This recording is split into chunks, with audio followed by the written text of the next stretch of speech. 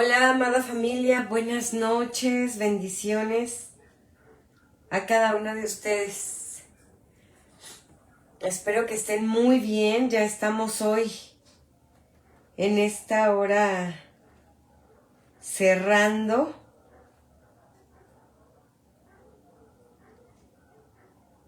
Bendiciones a todos ustedes.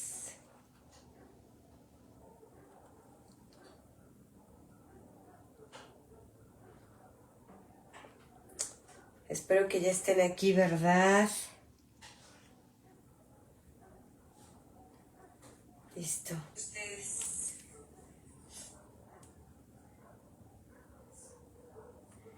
Para los que pensaban que ya no iba a haber Devo, sí.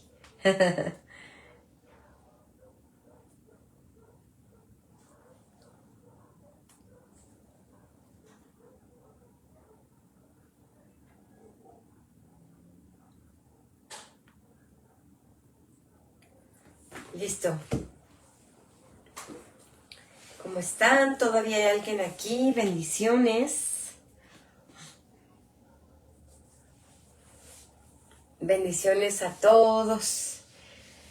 Hola, Den y Ben. Ay, gracias por estar aquí esperando, chicos. Dios les bendiga. Hola, hermana Rafita. Dios le bendiga. Hola, esposo. Dios te bendiga. ¿Quién más se va conectando? Dios les bendiga a todos los que se van haciendo presentes en este devocional. Dios les bendiga. Es un devocional sumamente sencillo. Gracias a Dios. Así que vamos a poder meditar de manera muy sencilla, pero al mismo tiempo muy contundente. Amén. Hola, mi Sandy, buenas noches. Dios te bendiga. No sé quién más estará por aquí, pero bueno, vamos a hacer nuestra oración y vamos a poner en manos de Dios este tiempo. Hola, hermanita Ernestina Guzmán, Dios me la bendiga. Qué bueno que ya está por aquí conectada. Vamos a orar, amén. Señor, te damos gracias por la oportunidad que tenemos de estar listos para meditar en esta palabra. Pedimos de tu sabiduría, de tu consejo, para poder llevarla hacia nuestro corazón. En el nombre de Jesús, amén. Bueno, pues este capítulo, hola mi Uli, bendiciones, hola mi Isa, bendiciones, hola Lupita Rivera, bendiciones, qué gusto verles familia, muchas gracias por estar aquí expectantes, hola mi Maggie, bendiciones, qué gusto verles a todos. Bueno, pues hoy cerramos con Hebreos, hola Gadielito, bendiciones. Hoy cerramos con Hebreos, qué bendición, hola mana, bendiciones. Es el último capítulo, es el capítulo número 13 y creo que, híjole, cada libro de verdad nos ha dejado algo. Muchas veces yo quiero pensar, este libro ha sido mi favorito por mucho y cuando entramos a estudiar el nuevo libro digo, no, creo que ahora es este y creo que ahora es este. Entonces ahí es donde nos damos cuenta cómo efectivamente toda la escritura es inspirada por Dios y es útil para todo lo que ya sabemos. Siempre va a ser útil la palabra, ¿verdad? Siempre nos va o a corregir o a instruir o a redarguir, en cualquier área, siempre la palabra tiene que hablarnos y nos va a enseñar. Este capítulo 13 cierra de una manera hermosa. ¿Sabes por qué? Porque habla de lo que se vuelve a esperar de un hijo de Dios. Ya por ahí en una de las cartas de Pablo, precisamente a mí me tocó dar, no recuerdo qué capítulo, pero le ponía por título al devocional lo que se espera de un hijo de Dios. Y ahora aquí vamos a ver cómo Hebreos cierra de una manera contundente, porque así como nos estuvo hablando de la superioridad de Cristo, de la fe, de ayer estuvimos viendo puestos los ojos en Jesús, y lo que espera Dios de nosotros, ¿no? Que podamos vivir en santidad. Ahora aquí, Hebreos 13, ¿sabes qué es? Es como si fuera un examen, ¿no? Así de el autor, que recuerda que no hay una certeza de quién haya sido, pero es como que cerrara con broche de oro diciendo, ahora vamos a ver un examen, vamos a hacer un examen de lo que estuvimos aprendiendo en todo Hebreos. Así que vamos a ver por qué un examen, porque habla de 6 puntos muy importantes que deben estar en nuestro corazón como una práctica natural, como hacerlo parte de nuestra vida. De eso se trata el capítulo 13. Y está muy sencillo, prácticamente lo voy a leer, solo me voy a detener en pequeños puntos, porque no hay mucho que explicar, es sumamente claro. Fíjate, dice, vamos a empezar con 6 deberes cristianos que se esperan de nosotros, así como de rutina, de práctica, de vida. Número 1, y está en el verso 1, dice, permanezca el amor fraternal. Es decir, estos cristianos ya estaban amando a sus hermanos. De eso se trata el amor fraternal. Así que práctica cristiana número 1, el amor fraternal. Debe estar en nosotros. Práctica cristiana número 2. Fíjate, está en el verso 2. No os olvidéis de la hospitalidad. O sea, no te olvides de la hospitalidad. Una práctica cristiana es hospedar, la hospitalidad. Dice, porque por ella algunos, sin saberlo, hospedaron ángeles. Ahora, quizá es muy fácil hospedar a un amigo, a un familiar, a alguien que amamos mucho, pero ¿qué pasa cuando simplemente hay alguien que nos pasa mucho en nuestro caso, ¿no? Que estamos en Ciudad de México y tenemos iglesias a quienes cubrimos fuera de la ciudad, y entonces nos llaman muchas veces los pastores y nos dicen, es que no tenemos dónde llegar porque pues allá en la ciudad están los hospitales, y entonces constantemente decimos, la casa es como, debe estar funcionando como un hotel familiar, ¿verdad? Abierto a las familias que tengan necesidad. Entonces, pero no solo nosotros, todos. ¿Por qué? Porque en eso dice, hospedaron ángeles, ¿no? Hablando de que hace una referencia aquellos hombres del Antiguo Testamento que tuvieron una experiencia de encontrarse con seres angelicales, con seres celestiales, ¿verdad? Entonces, la hospitalidad debe ser una práctica. Te recuerdo, verso 1, el amor debe ser una práctica de vida cristiana. La hospitalidad, es decir, el hospedar a alguien, debe ser una práctica de vida cristiana. Fíjate, qué hermoso es que cuando alguien está construyendo su casa, siempre pensemos en esto, en decir, si está en mis posibilidades, voy a tener una habitación extra para poder hospedar a una persona cuando tenga necesidad. Qué bonito poder pensar en decir, wow, cuando venga a mi iglesia un pastor, yo quiero proveer la bendición, porque no me quiero perder la bendición de hospedar a un ángel, ¿verdad? No es que sea necesariamente un ángel, estoy hablando de manera simbólica. Ahora, número 3, versículo 3, acuérdense de los presos. Esa es otra práctica de un cristiano, de vida cristiana, acordarnos de los presos. Dice, como si estuvieran presos juntamente con ellos. ¿Por qué? Porque recuerda que cuando se escribe esta carta, la iglesia cristiana estaba siendo perseguida. Entonces, los hermanos en la fe estaban obligados a no olvidarse de sus hermanos presos. Entonces, y no solamente aplica, obviamente, a nuestros hermanos en la fe. En cualquier momento, ¿sabes de alguna necesidad de este tipo? Bueno, ¿cuál es la respuesta de un corazón que ama a Dios? Hacer estos actos. Nosotros como iglesia, ¿sabes? Una vez al año vamos a la cárcel. Digo una vez al año porque es lo que nos asignan, ¿verdad? Si nos asignaran más, sé que con mucho amor responderíamos a ir a la cárcel de Hidalgo para llevar alimento a los presos, para llevar una palabra de Dios a los presos. Esa es una práctica de vida cristiana. Acordarnos de los presos, visitar a los presos. Jesús nos enseñó, estuve en la cárcel y me visitaste. Entonces, es una práctica hermosa de vida cristiana. Número 4, está en el mismo versículo 3, dice, y de los maltratados, como que también vosotros mismos estáis en el cuerpo. Es decir, cuando somos un cuerpo en Cristo, no hay manera de ignorar que alguien está sufriendo, que alguien está pasando necesidad. Por eso dice, acuérdate de los maltratados. Esa es la práctica de vida cristiana número 4.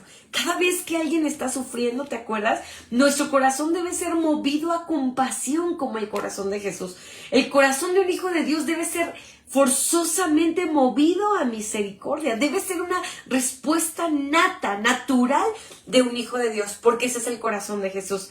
Él veía a todas aquellas personas como ovejas que no tenían pastor y se compadecía de ellas.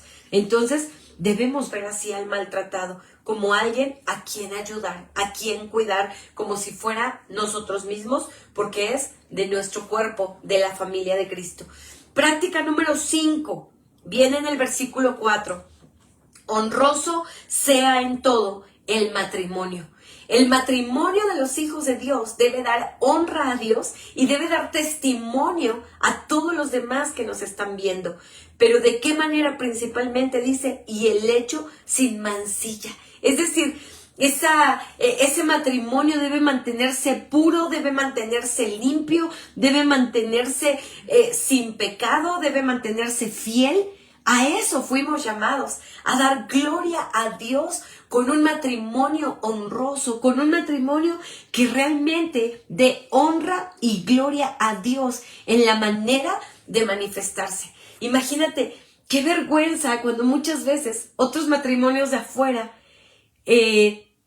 viven mucho mejor, y no hablo de economía, sino de vivir en paz, más que los que nosotros teníamos muchas veces como hijos de Dios. Entonces, somos desafiados en este capítulo a tener un matrimonio honroso. Todos aquellos que tenemos la bendición de estar casados, somos desafiados a esto. Una práctica de vida cristiana debe ser eso. Dios debe ser el centro en nuestro matrimonio para poder mantener un matrimonio fiel, un matrimonio puro, un matrimonio que se conduzca como lo veíamos con Job apenas, ¿verdad? Dice, hice un pacto con mis ojos. ¿Cómo había yo de mirar a otra mujer? Entonces, que ese pacto sea mutuo en el esposo y en la esposa para poder honrar nuestro matrimonio. Dice, pero a los fornicarios y a los adúlteros los juzgará Dios. Esa es la razón por la que debemos mantener un matrimonio honroso.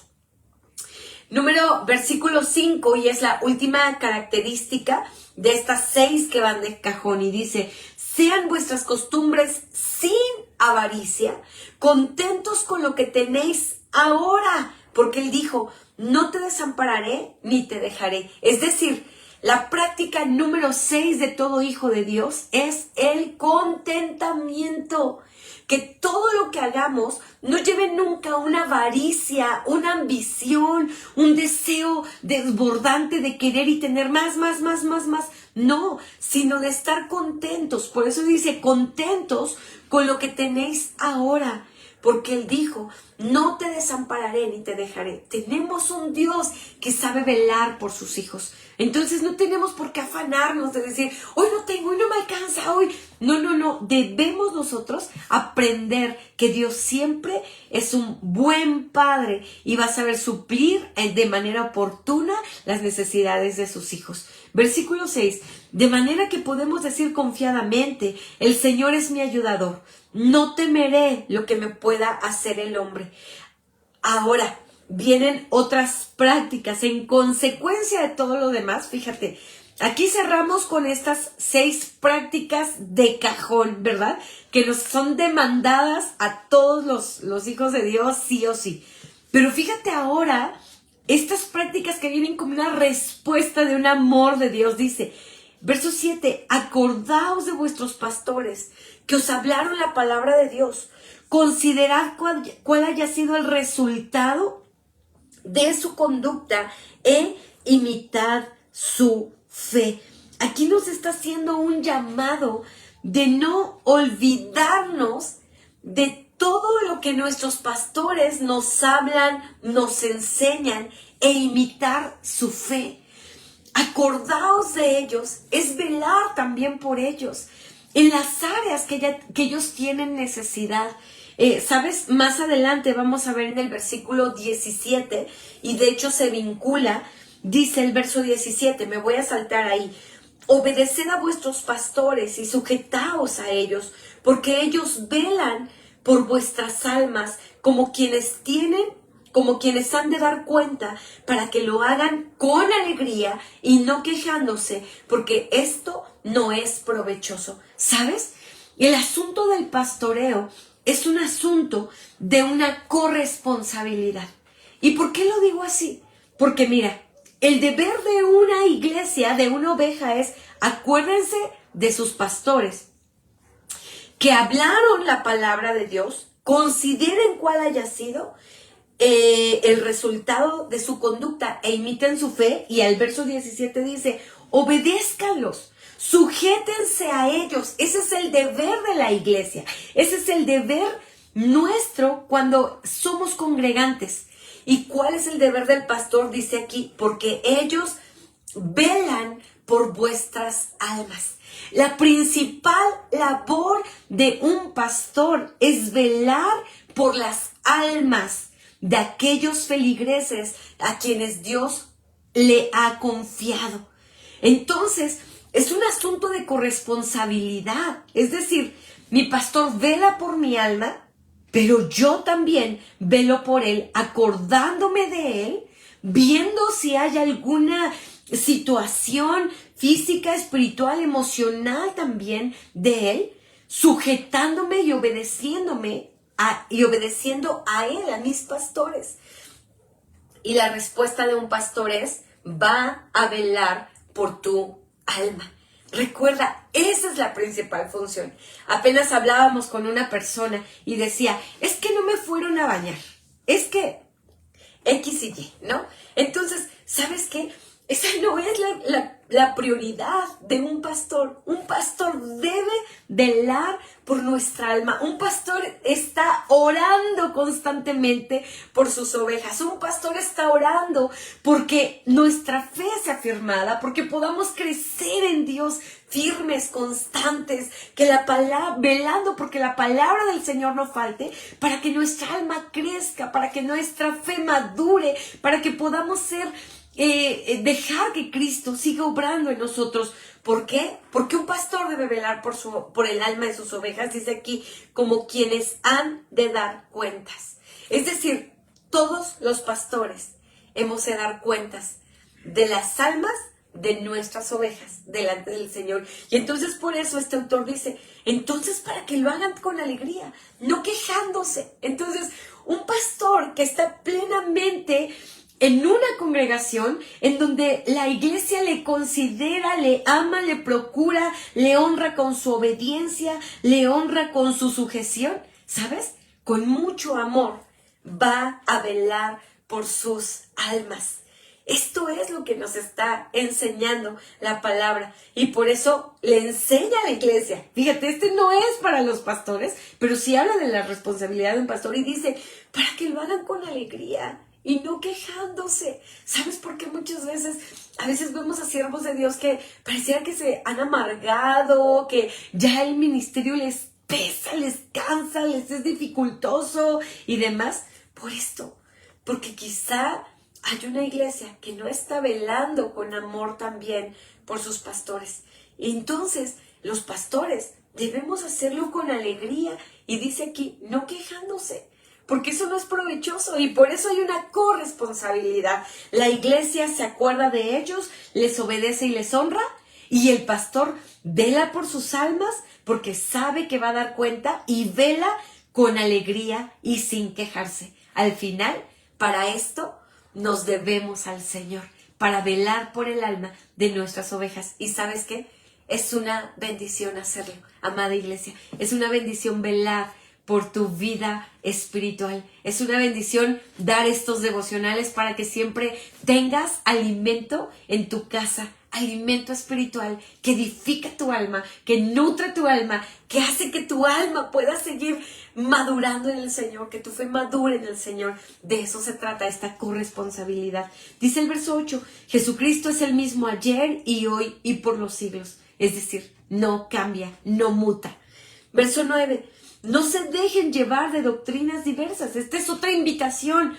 y extrañas, porque buena cosa es afirmar el corazón con la gracia, no con viandas, es decir, no con comidas que nunca aprovecharon los que se han ocupado en ellas. Es decir, la buena doctrina es el alimento saludable para uno. No aquellas viandas nada más, aquellos nada más como unas empanaditas, como algo que no es provechoso, no es nutritivo. Entonces dices, eso no se aprovecha. Así que, mi amado, nútrete de esto, la palabra de Dios, nútrete de una doctrina sana que edifique tu vida. Verso 10, tenemos un altar del cual no tienen derecho de comer los que sirven al tabernáculo, porque los cuerpos de aquellos animales cuya sangre a causa del pecado es introducida en el santuario por el sumo sacerdote, son quemados fuera del campamento. Por lo cual también Jesús, para santificar al pueblo mediante su propia sangre, padeció fuera de la puerta. Salgamos pues a él fuera del campamento, llevando su vituperio, porque no tenemos aquí ciudad permanente, sino que buscamos la porvenir. Del verso 10 al verso 14, habla de una práctica sacerdotal donde tenían que traer el sacrificio y ofrecerlo al Señor, pero ¿sabes qué? Por eso dice aquí, un altar, en el verso 10, tenemos un altar del cual no tienen derecho de comer los que sirven en el tabernáculo, porque los cuerpos de aquellos animales cuya sangre a causa del pecado es introducida en el santuario por el sumo sacerdote, son quemados fuera del campamento. Es decir, una vez que el animal ya había sido sacrificado, ya no tenían derecho de comer los sacerdotes ni nadie. ¿Sabes por qué? Porque ese animal, esa sangre, ya había quedado inmunda. ¿Por qué? Porque sobre esa sangre es como si hubiera quedado depositada el pecado del pueblo. Ahora, es lo mismo que le pasó a Jesús. Por eso lo relata en el verso 12. Por lo cual también Jesús, para santificar al pueblo mediante su propia sangre, padeció fuera de la puerta. ¿Sabes? Estar fuera de la puerta era una ofensa. Y cuánto más alguien como Jesús, que Él es como lo vimos en Hebreos, el sumo sacerdote por excelencia de todo.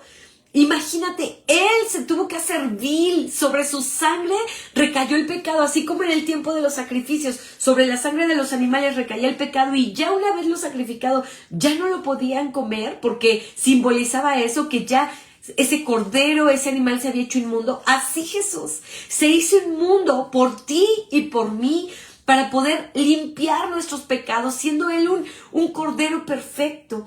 Y por eso dice, padeció fuera de la puerta, porque siendo Él rey y sacerdote y sumo sacerdote, que podía estar hasta el lugar santísimo, el hacerse por nosotros pecado le llevó a esto, ¿no? A que pareciera lo más vil padecer fuera de la puerta. Por eso dice el verso 13, salgamos pues a Él fuera del campamento llevando su vituperio. Es decir, ahora que nosotros ya conocemos de Cristo, no querramos ahora nosotros no tener ningún tipo de aflicción, de tribulación, de prueba. No, mis amados, por eso dice, llevando su vituperio, compartiendo. Ya Jesús pagó el precio de todo, mis amados. Pero eso no quiere decir que nosotros no podamos, por amor a Él, entregar nuestra vida por su causa. ¿Sabes? Llevar la vida cristiana no siempre va a ser color de rosa. No, esta iglesia estaba siendo perseguida. Entonces, no nos quejemos en los momentos de procesos. Al contrario, como lo leímos, que el Señor nos dé una fe firme, fuerte, madura, para poder soportar estos vituperios. Amén. Verso 14. Porque no tenemos aquí ciudad permanente, sino que buscamos la porvenir. Es decir, en esta tierra estamos de paso. Esta es nuestra ciudad permanente. Esa casa que tienes, por más guau que parezca, es permanente y no se compara con ese hogar eterno que está reservado para ti y para mí en lo porvenir, donde estaremos reinando juntamente con el Señor. Estaremos con Él. Verso 15. Así que ofrezcamos siempre a Dios por medio de Él sacrificio de alabanza, es decir, frutos de labios que confiesen su nombre. ¿Sabes? Este versículo nos dice, el tiempo de los sacrificios de animales ya terminaron, pero ahora los sacrificios pasan a ser un asunto espiritual, es decir, cuando vienes, y aquí dice, y entregas sacrificio de alabanza, es decir, frutos de labios que confiesan su nombre, nos entregamos a Él. Ahora nuestra alabanza es entregar nuestras posesiones, nuestro hogar para que se hospeden, es contribuir económicamente para que la iglesia siga avanzando, el evangelio siga avanzando. Somos llamados ahora a ofrecernos siempre a Dios con sacrificio de alabanza. Todo lo que hacemos para Dios con nuestro amor, lo estamos haciendo como un sacrificio de alabanza. No nos pesa, lo hacemos por adorar a Dios, lo hacemos en respuesta a todo lo que Dios es, como lo hemos visto ahora en nuestros discipulados. Verso 16, y de hacer bien y de la ayuda mutua, no os olvidéis, porque de tales sacrificios se agrada Dios. Obedezcan a sus pastores, verso 17, y sujetaos a ellos, porque ellos velan por vuestras almas, como quienes han de dar cuenta, para que lo hagan con alegría y no quejándose, porque esto no es provechoso. Ya expliqué este versículo acompañado con el verso 7. 18. Oren por nosotros, pues confiamos en que tenemos buena conciencia, deseando conducirnos bien en todo. ¿Sabes? Aquí el autor se posiciona como un pastor. Dice, por nosotros los pastores, oren. Dice, confiamos en que tenemos buena conciencia. Es decir, confiamos en que con la ayuda de Dios estamos haciendo las cosas bien, pastoreando lo mejor que uno puede, llevando la palabra lo mejor que uno puede. Dice, deseando conducirnos bien en todo. Deseando, todos los pastores deben tener en su corazón el cuidar nuestro testimonio en cada área, ¿verdad? Todos los demás pueden hacer, decir, actuar, enojarse, todo. Pero nosotros como hijos de Dios somos llamados a dar el mejor testimonio como siervos de Dios. Verso 19. Y más os ruego que lo hagáis así, para que yo os sea restituido más pronto. Es decir, que Él pudiera, que nada le pudiera impedir que lo visitaran a Él, que vieran por Él, que también velaran por Él. Ahora las bendiciones finales están en el verso 20. Y el Dios de paz, imagínate quién tenemos como Dios, el Dios de paz. El Dios de paz, ese es el Dios que tenemos. El único Dios verdadero es el Dios de paz, que resucitó de los muertos, el único que ha resucitado. Y a nuestro Señor Jesucristo, el gran pastor de las ovejas, por la sangre del pacto eterno, ese que hizo Jesucristo. Verso 21, os haga aptos en toda obra buena, para que hagáis su voluntad, haciendo Él en vosotros lo que es agradable delante de Él por Jesucristo, al cual sea la gloria por los siglos de los siglos. Amén. Os ruego, hermanos, que soportéis la palabra de exhortación, pues os he escrito brevemente. Sabed que está en libertad nuestro hermano Timoteo, es decir, no estaba preso en ese momento Timoteo, con el cual, si viniere pronto, iré a veros. Saludad a todos vuestros pastores y a todos los santos. Los de Italia os saludan. La gracia sea con todos vosotros. Amén. Esta despedida, imagínate, la gracia sea con todos vosotros. Qué mejor despedida, ¿verdad? Así cuando termine la reunión, imagínate decir a nuestros hermanos que la gracia de Dios sea contigo. Es lo mejor. Su gracia es todo lo que necesitamos. Por eso Dios le contestaba a Pablo, cuando Pablo le pedía que lo sanara del aguijón que tenía, le dijo, bástate mi gracia, porque mi poder se perfecciona en tu debilidad. No sé qué debilidad tengas, pero ¿sabes? Hoy deseo para tu vida que la gracia de Dios sea contigo. Y así termina este capítulo y así termina el libro de Hebreos, con un hermoso examen de puntos tan importantes que debemos recordar, como el amor fraternal, la hospitalidad, el acordarnos de los presos, el acordarnos de los maltratados, el tener un matrimonio honroso, el que tengamos contentamiento, el velar por nuestros pastores, el tener una sana doctrina, el valorar el sacrificio de Jesús que por nosotros se hizo el pecado para darnos a nosotros su santidad, el ofrecernos a Dios como un sacrificio de alabanza, ¿sabes? Qué hermoso, ¿no? Cosas tan básicas, y por eso le puse a este devocional las credenciales de un cristiano. No estoy hablando de cristinos, no estoy hablando de más o menos cristianos, no. Estoy hablando de cristianos verdaderos hijos de Dios. Eso es un genuino cristiano.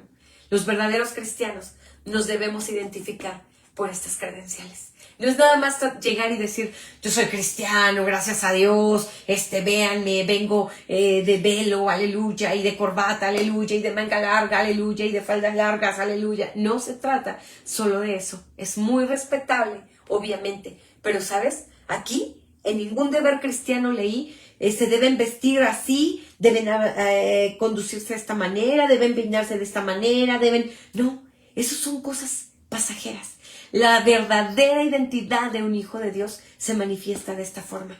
Cuando amas a tus hermanos, cuando hospedas a aquel que está necesitando un hospedaje genuino, con una necesidad genuina, cuando visitamos en la cárcel, cuando vamos y ayudamos al maltratado, cuando estás ocupado en tu matrimonio, invirtiendo en tu matrimonio, orando por tu matrimonio y siendo un buen testimonio. Ahí es lo que realmente nos evidencia como un hijo de Dios. Cuando hay contentamiento en nuestro corazón y dejamos de ser quejumbrosos por todo. ¡Ay, es que esto, es que aquello, es que aquello, es que aquello! Se nos va la vida quejándonos de todo, oigan. Eso no es la evidencia de un verdadero cristiano. El corazón de un verdadero cristiano tiene contentamiento. El corazón de un verdadero cristiano vela, ama, honra a sus pastores. El verdadero corazón de un pastor, de un genuino pastor, vela por las almas de sus ovejas. Y lo hace con alegría y lo hace sin quejarse. El verdadero cristiano se ofrece a Dios como un verdadero sacrificio de alabanza. Recuerda todo lo que vimos. Esas son la verdadera credencial de un cristiano. Así, cuando hacemos todo esto, no tenemos que andar gritando allá afuera, ¡Ey, véanme, soy cristiano! No, la gente misma verá, algo tiene diferente este hermano, esta hermana. Efectivamente, Beni, demostramos amor cuando no juzgamos a los demás, ¿no? ¿Por qué? Porque dice aquí, permanezca el amor fraternal. Entonces, el estar juzgando no muestra amor. El amor se demuestra cuando, aunque alguien ha caído, vamos y nos ocupamos en levantarlo. Ese es amor. Lo demás sería juicio, ¿no? El estar señalando, todo lo demás. Entonces, mi amado, yo te pregunto, ¿cómo están tus credenciales? ¿No? ¿Cómo te estás presentando como un cristiano? Nada más diciendo, hey, soy cristiano, y llevando el título, o das evidencia de que realmente eres un buen cristiano que cumple con estos deberes de Hebreos 13. El Señor nos ayude a dar evidencia con nuestro testimonio de que somos verdaderos cristianos, es decir, verdaderos hijos de Dios, que viven una fe genuina, que viven en una santidad a la que el Señor nos ha llamado a vivir, y que todo Hebreos puede ser un testimonio en nuestra vida y en nuestro andar cristiano. El Señor nos ayude. Amén. Padre, te damos gracias en esta hora porque tú nos recuerdas la importancia de no avergonzar tu nombre, de conducirnos como verdaderos hijos de Dios, como verdaderos cristianos, seguidores de Cristo, discípulos de Cristo. Señor, ayúdanos. Si alguien de nosotros nos están costando estas áreas, estos puntos vitales de un hijo de Dios, hoy te pido que tú nos ayudes. Si alguien está batallando en amar al prójimo o en perdonar al prójimo, ayúdale. Si alguien está batallando, Señor, en ser hospitalario, le cuesta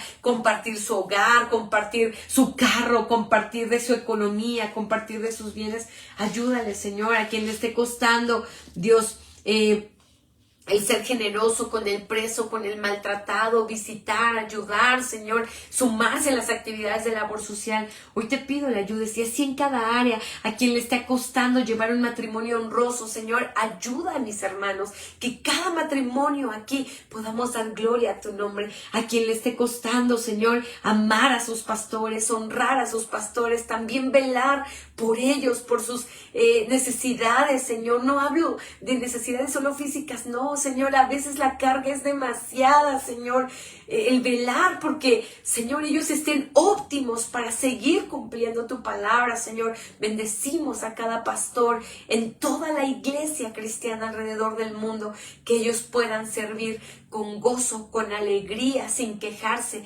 velando por las almas, Señor. Y así en cada área, ayúdanos, en cada área que nos esté costando, estemos batallando en estos deberes cristianos. Hoy pedimos de tu ayuda. No es solo en nuestras fuerzas, es con tu ayuda. Pero sí queremos y tenemos la disposición y la voluntad de que tú, Jesús, sigas moldeando tu carácter en nosotros y que cada día nos parezcamos más a ti. Lo pedimos en el nombre de Jesús. Amén y amén. Dios te bendiga, amada familia. Te envío un abrazo enorme. Un abrazo, bendiciones.